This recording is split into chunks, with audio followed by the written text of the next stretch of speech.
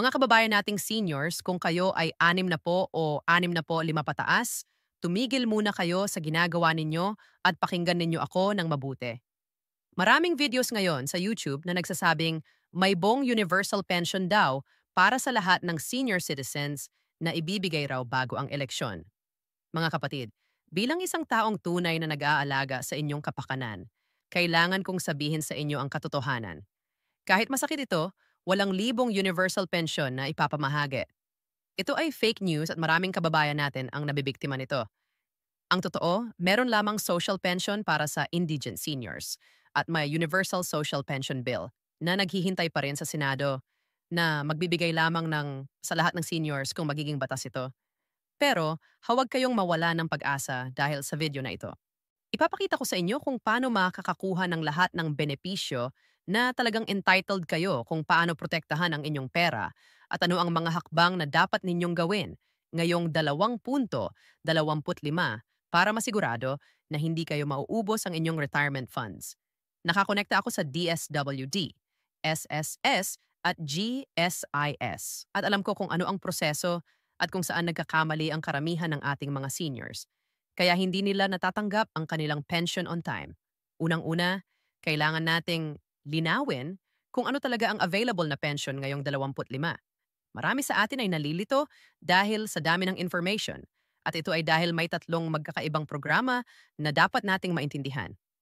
Una, meron tayong social pension or SOCPEN na tumatakbo na ngayon at binibigay DSWD. Ito ang libongo kada buwan na tulong para sa mga indigent seniors. Ibig sabihin, mga lolo at lola natin na walang regular na kita at walang pension mula sa SSS o GSIS. Para makakuha nito, kailangan mong pumasa sa assessment ng DSWD na ikaw ay talagang mahirap at walang ibang mapagkukunan ng pera. Hindi ito para sa lahat at hindi rin ito 000. Pangalawa, may House Bill W423 o ang Universal Social Pension Bill na ipasa na sa House of Representatives noong Mayo. Pero hanggang ngayon ay nakatingga pa rin sa committee level ng Senado.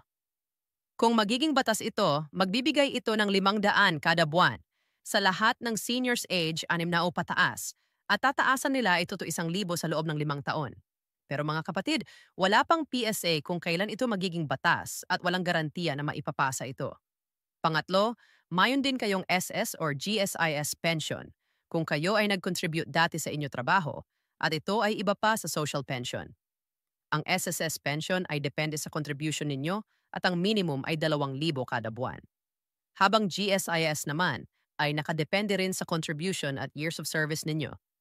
Ngayon, bakit ako nagsasabi ng lahat ng ito? Kasi gusto kong masiguro na hindi kayo biktima ng mga fake news at hindi kayo mag-expect ng pera na hindi naman darating. Ang El-Duarong sinasabi ng ibang channels ay walang basehan at ang ganitong misinformation ay nakakasama sa ating mga seniors dahil nagbibigay ito ng false hope. Pero may magandang balita pa rin ako para sa inyo. Kahit walang 12,000, may mga paraan pa rin para makakuha kayo ng maximum benefits na entitled kayo.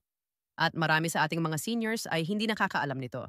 Halimbawa kung kayo ay may SS pension at mahirap din kayo, pwede pa rin kayong mag-apply para sa social pension.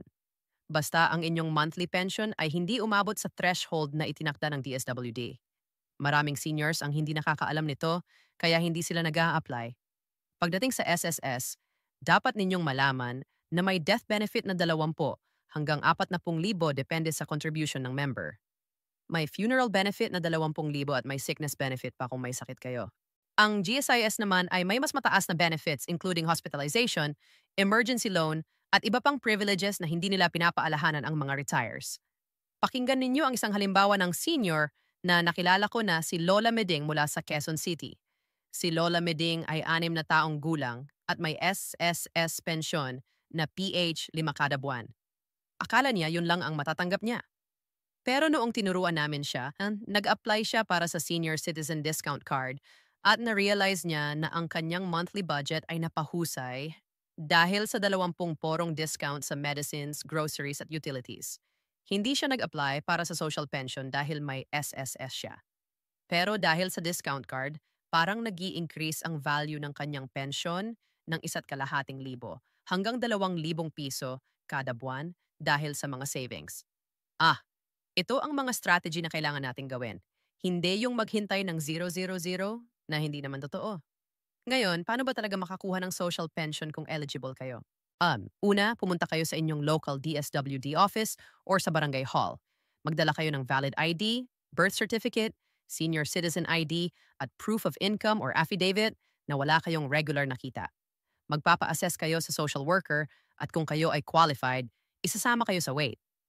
Ang problema, may waitlist talaga at minsan umabot ng ilang buwan bago kayo mabigyan ng slot dahil limited ang budget ng DSWD. Kaya importante na mag-apply kayo as early as possible. Ang payout ay ginagawa every quarter. Ibig sabihin 3 buwan na pensyon ang ibibigay sa inyo at hindi buwanan. So, ang isang kada buwan ay magiging 3,000 bawat 3 buwan. Binibigay ito cash card over-the-counter withdrawal through your authorized representative kung hindi kayo makalakad. Ang pinaka-importanting tip ko sa inyo ay huwag kayong mag-expect na instant ang proseso at huwag kayong magbabayad sa mga fixer na nagsasabing pabibilisan nila ang application ninyo. Maraming scammer ngayon na nag-aalok ng ganito at mauubos lang ang pera ninyo. Sa naman, kung wala pa kayong pension pero may contributions kayo dati, pwede kayong mag-apply for retirement pension kung kayo ay umabot na ng 6 na taon old at may at least 120 monthly contributions. Ang computation ay nakadepende sa average monthly salary credit ninyo at kung gaano karaming years kayong nag-contribute. Ang minimum pension ngayon ay 2,000, pero ang average ay nasa 5,000 to 8,000 per month.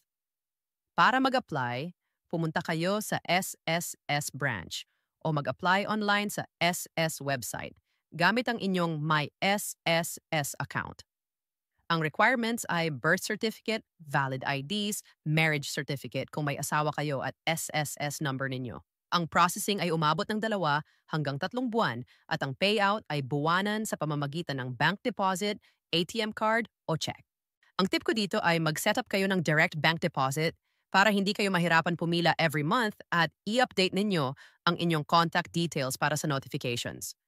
Ang GSIS naman ay para sa mga government employees na retired na at ang computation ay based sa your highest average salary at years of service. Ang minimum pension ay nasa 5,000, pero ang average ay 10 hanggang 15,000 depende sa posisyon ninyo dati. Ang requirements ay similar sa SSS, pero may additional documents kung may dependents kayo. Ang payout ay monthly through bank deposit at meron din kayong access sa hospitalization benefits, calamity loans, at emergency assistance. Maraming GSI retires ang hindi nakakaalam na may separation pay pa silang entitled at hindi sila nag-claim dahil hindi nila alam ang proseso. Ang isa pang importante na dapat ninyong malaman ay ang senior citizen benefits na libre at walang kailangan bayaran.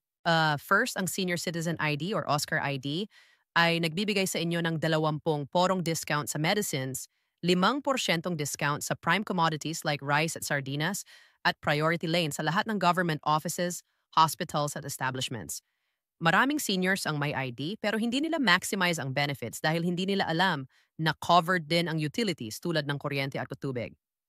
Pangalawa, ang PhilHealth coverage ninyo ay automatic at libre kung kayo ay 6 na taong gulang at pataas at ang coverage ay umabot ng 000 kada taon para sa hospitalization. Ang problema, maraming seniors ang hindi nag-update ng kanilang PhilHealth status kaya declined ang claims nila. Kailangan ninyong pumunta sa PhilHealth office at i-update ang inyong records. Pangatlo, may free annual medical checkup kayo sa mga government health centers at may free flu vaccine at pneumonia vaccine para sa seniors. Ang karamihan ay hindi nakakaalam nito kaya hindi sila nag-a-avail. Ngayon mga kaibigan, kailangan din nating pag-usapan ang mga pagkakamali na dapat iwasan para hindi kayo maubusan ng pera. Una, huwag kayong makikinig sa mga videos na nangangako ng malalaking pera na hindi totoo tulad ng Lali 000 Universal Pension. Kapag may nakita kayong ganitong videos, i-report ninyo at huwag kayong mag-share para hindi makapagkalat ng fake news. Pangalawa, huwag kayong magbibigay ng personal information ninyo sa mga taong hindi ninyo kilala, lalo na sa Facebook o text message, dahil maraming scammer na nagpretend na galing sa DSWD or SSS para kunin ang inyong ATM card or PIN. Ang tunay na government employee ay hindi kailanman hihingi ng PIN o password ninyo. Pangatlo, huwag kayong makikinig sa mga nag-aalok na mag-invest ng inyong pension sa mga high-interest schemes na nangangako ng instant returns. Maraming pauni schemes ngayon na tumatarget ng seniors at mawawala lang ang inyong pera. Pangapat, i-update ninyo ang inyong beneficiaries sa SSS at GSIS para na sa case na may mangyari sa inyo at siguruhing alam ng inyong pamilya kung saan nakalagay ang inyong important documents. Ang best strategy para sa inyo ay gumawa ng monthly budget na realistic at based sa actual pension ninyo, hindi sa mga pangako na fake. Kung inyong pension ninyo ay 5,000 kada buwan, i-allocate ninyo ng 2,000 para sa food. Para sa medicines, using senior discount, 5 para sa utilities with discount, at 500 para sa emergency fund na titira, ay pwede ninyong isave or gamitin para sa inyong lior. Ang importante ay may control kayo sa inyong pera at hindi kayo gumagastos ng wala sa budget. Maraming seniors ang nag-struggle financially dahil hindi sila nag-budget at sumusunod lang sa mga social pressure na magbigay sa relatives or mag-spend sa mga hindi important sa pagdating ng hospital bills. Gamitin ninyo ang inyong health at senior discount combination ng dalawang. Ito ay maaring mag-save sa inyo ng 50% to porsyento ng total bill at maraming hospitals ang may special packages para sa seniors. Huwag kayong mahiya na magtanong sa social worker ng hospital kung ano ang available na financial assistance para sa inyo. May mga charity programs din at PC or Philippine Charity Sweepstakes Office na tumutulong sa medical expenses ng seniors na walang pera. Mga kapatid, alam ko na marami sa inyo ay disappointed na walang 12,000. Pero ang totoo ay mas importante na alam ninyo ang katotohanan kaysa mag-expect ng imposible. Ang gobyerno ay may mga programa na tumutulong sa atin, pero kailangan nating maging realistic at proactive sa pag-apply ng benefits na entitled tayo. Huwag kayong mahiya na magtanong sa DSW, DSS o GSIS kung may tanong kayo at huwag kayong mag-rely sa social media para sa important information. Pumunta kayo personally sa offices or tumawag sa hotlines nila para sa accurate information. Kung kayo ay may tanong or may kakilala na senior na kailangan ng tulong, i-share ninyo ang video na ito at i-encourage sila na mag-apply sa mga programs na entitled sila. Ang ating mga seniors ay deserve ng respeto at ng tamang information, hindi ng fake news na nagbibigay ng false hope. Maraming tao ang nag-spread ng misinformation para lang makakuha ng views at likes.